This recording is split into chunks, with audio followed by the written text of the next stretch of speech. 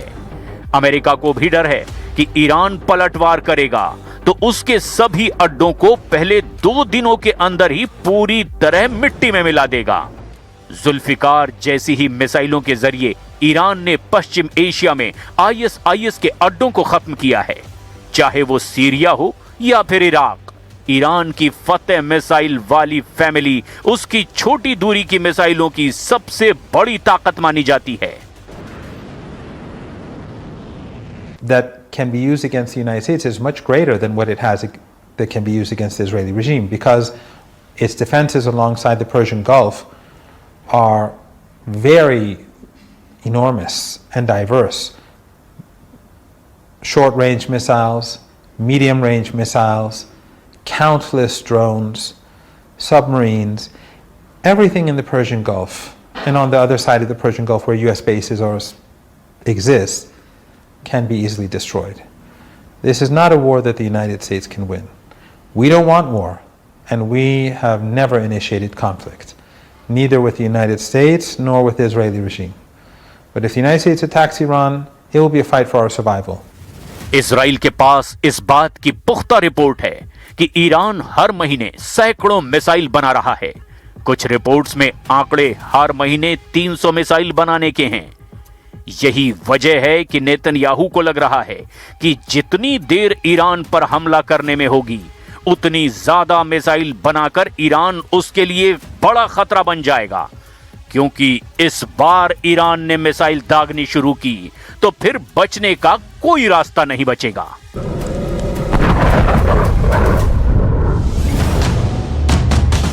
Israeli media की खबर है कि ईरान के रेवोल्यूशनरी गार्ड्स के कई कमांडर इस वक्त लेबनान में हैं और लेबनान ईरान का ऐसा मोर्चा बन सकता है जिसमें हिजबुल्लाह इजराइल के उत्तरी फ्रंट पर युद्ध करेगा।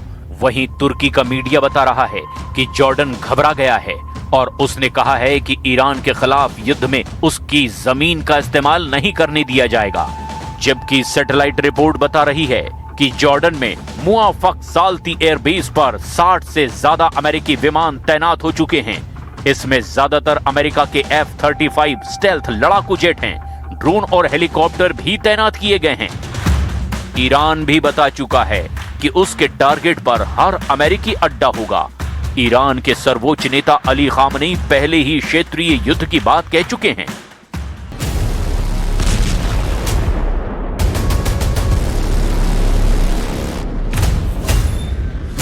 ईरान का दावा है कि ऐसी ही मिसाइलों से तेल अवीव को फिर से टारगेट करेगा। यही मिसाइल ईरान की ताकत हैं, जो इजराइल के लिए बहुत बड़ा चैलेंज हैं। इन्हीं मिसाइलों ने 2025 में इजराइल को हिलाकर रख दिया था। क्या 2026 में यही मिसाइल दहलाएंगी? तेल अवीव, हाइफा, अशदोद, नेवातीव और अश्केलॉन। तेहरान में इजराइल का पोस्टर लगाकर ईरान दावा कर रहा है कि कोई नहीं बचेगा।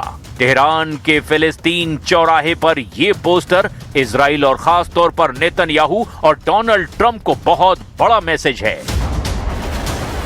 नक्शे में तेल अवीव दिखाकर ईरान बता रहा है कि नेतन्याहू ग्रेटर इजराइल का ख्वाब ना देखें, क्योंकि ईरान पर हमला हुआ तो ग्रेटर तेल अवीव पूरी तरह भस्म कर दिया जाएगा। ईरान अपनी मिसाइल पावर को सबसे खतरनाक दौर के लिए तैयार कर चुका है और हमला चाहे डोनाल्ड ट्रंप करें या फिर बेंयामिन नेतन्याहू, इस बार इजराइल को पूरी तरह मिटा देगी ईरान की मिसाइल।